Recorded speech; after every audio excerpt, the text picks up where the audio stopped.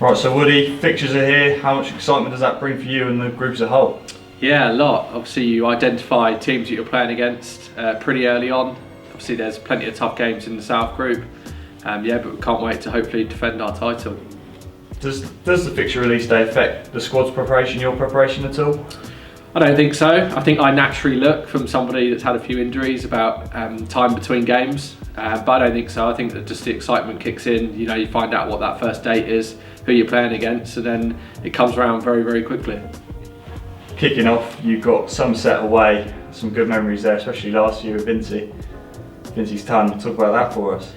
Yeah, I love going to Somerset, to be honest. It's a massive challenge, especially as a bowler. I think it's one of the best places to bat in the country, and I suspect the stats will back it up that it's very high scoring ground. So to go there first, you're going to have to be ready and prepped. I'm quite fortunate in the sense that I have a second team build up of a few T20s, but we need to hit the ground running.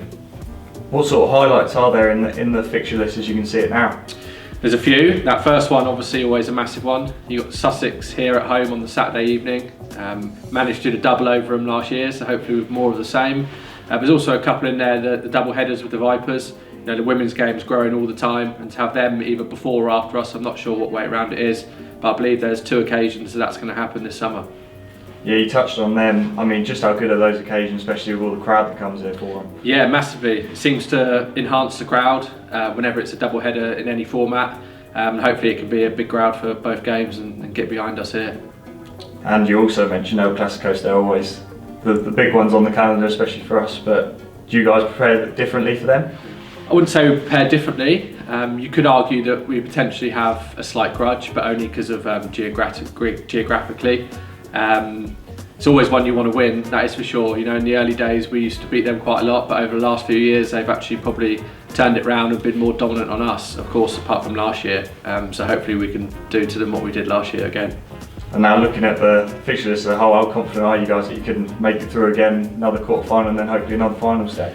Yeah, I think that's got to be the aim, first and foremost, to come in the top 4. I think we sit down at every pre-season and say that we want to qualify. That's kind of a no-brainer and a given with the squad that we've got. It's always going to be hard to defend your title, but if you get into the knockout, I don't think we've ever lost a quarter-final in a T20. Good things always come to an end, but that record is forever growing, and if you can get into those knockouts, you're one game away from the best day of the season.